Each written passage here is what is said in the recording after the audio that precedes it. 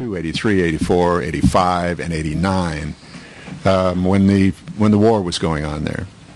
And many of the things I did were in association with the refugee aid work, and there were refugee camps inside the country with displaced people, and I was taking an American congressman there because the people who had been displaced by the Salvadoran army, who had ravaged their villages and killed their people and tortured them and treated them despicably. And they were being, the Salvadoran army was being supported by our tax dollars and propped up by our military advisors. So I wanted this congressman to see what was happening, and I took him into this camp. And sometimes, as I've found in various places, the horror simply overwhelms one. And I said to, there was another person who was with us, and I said, I have to go back to the truck. I'm sorry. You folks go on and keep talking. I can't hear these stories anymore. I have to go back to the truck. And I started across this compound, very open area, ringed with these temporary huts with the UN's blue plastic roofs and their sewers running open through them. And as I was walking toward the truck, wanting to not see anybody, I noticed up ahead of me in the middle of this clearing a little spindly tree, and beside it a little boy standing there. And I thought, I don't want to see him. I don't want to know he's there. I don't want to care that he's there. I just want to go by and blow off whatever he wants me to do or say. So I kept walking, and he kept standing there, and he didn't say anything, just looking at me. And as I got closer, I realized he was holding a little rubber ball. And I got very close to him and was about to go by and couldn't do it. And I stopped, and I looked at him, and he looked at me. And I held out my hands, and he threw me the ball. And I threw it back to him. And he threw me the ball again.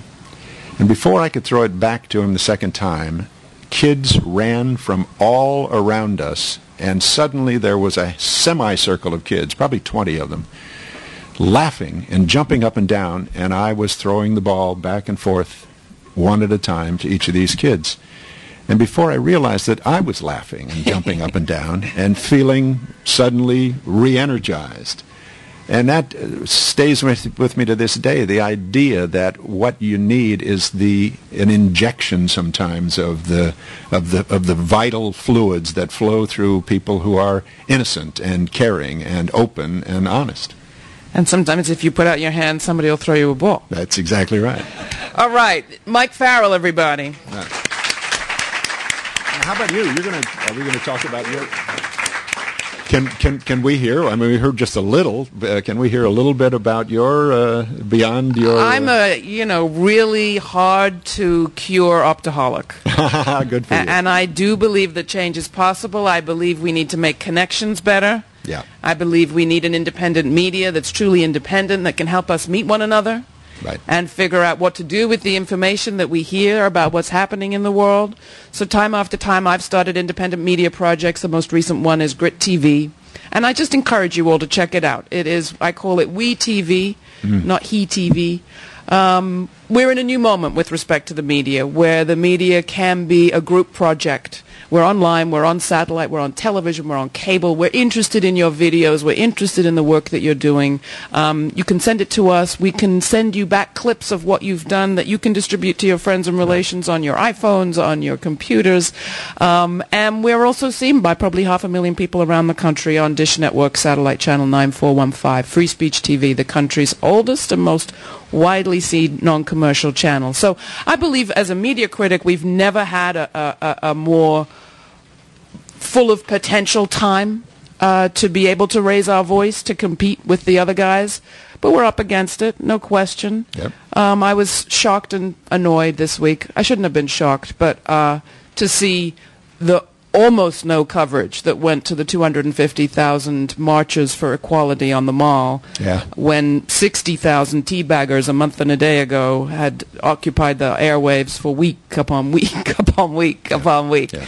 So we still have a media that's more scared of the right than they are of us. I don't know why that is, and I hope that we can change it. With your help, we will. Well, bless you. And for those of you who haven't seen Laura's show, she has on the people who are at the core of all of these events. She is remarkable in seeking these people out, getting them there, and then asking probing questions and making them prove themselves, and it's really quite wonderful. Well, I hope that you'll all participate at some point. We privilege the conversation and the question, and I think we think better when we think together in public. So, think together in public.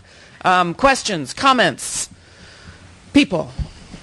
Ariel is here, wonderful event intern at the Strand bookstore.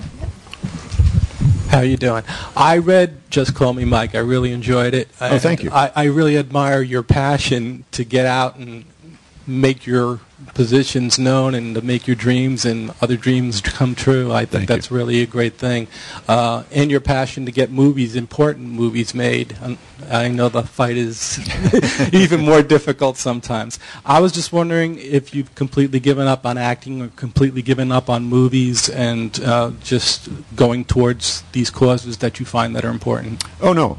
I will never give up, on anything. I think that it's an important business. People are out there making terrible, terrible stories with terrible, terrible messages, and the audience is being devoured by them as they devour them.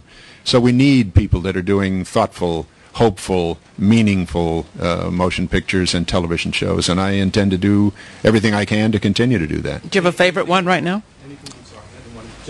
I have a picture in development, and in development in my business means somewhere between the trash can and the screen, and you don't know where it's going to end up. But hopefully it'll end up on the screen, and it's about the story of Chief Standing Bear of the Ponca tribe, who was one of those tribes that was relocated by the American government back in the 1800s when American Indians, Native Americans, were not considered people.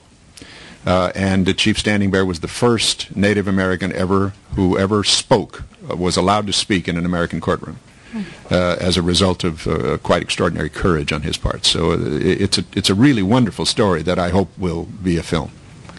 And is there one show or movie that you love that's out there right now? Oh, gee, what have I seen lately? What have we seen lately, sweetie, that we loved?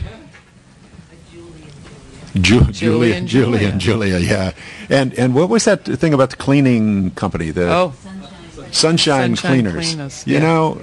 Just real people trying to figure out how to make it, and there's a certain kind of spark in some people, and you just think, God bless. All right, more questions. I think there was one over here, yes. In the pretty sweater. I know that when Ossie Davis was alive, you were very involved with Mamiya's case, yes. Which is, according to Equal Justice USA, was one of the worst cases of injustice in that century, anyway, last century. Now I've heard through the Mamiya Coalition, Free Mamiya Coalition, that the U.S. Supreme Court is juggling to restore the death penalty in his case. And by the way, their number is 202-479-3000. If you could please tell them, that if they were unpopular when they made George Bush president, they will be unpopular if they restore us, internationally unpopular. So I was wondering if you're aware of, you probably are, about the effort to get the Justice Department to consider the constitutional denial of his constitutional rights. Anyway, I have a letter here, if anyone is willing to sign. And if you're doing anything currently on his case. Other than continuing to talk about it, I'm not. I was for many years co-chaired with Ossie the Committee to Save Mumia Abu-Jamal. We had a bit of a falling out when they fired the Len Weinglass, which I thought was a terrible mistake, and they brought on two attorneys that I thought handled it not as well. Robert Bryan is his representative now, who's a very high-class, top criminal defense attorney, and is doing really a good job. You may be aware of a journalist named David Lindorf, who has written a terrific book on the case. Killing Time is the name of the book. And Lindorf continues to do investigation, and some of his investigation, if it's ever brought into court, is going to blow the case sky high. So other than speaking on it and doing, what there is to be done, let me say candidly, I don't know if Mumia is innocent or guilty. I wasn't there, but it's very clear to me that he didn't have a fair trial.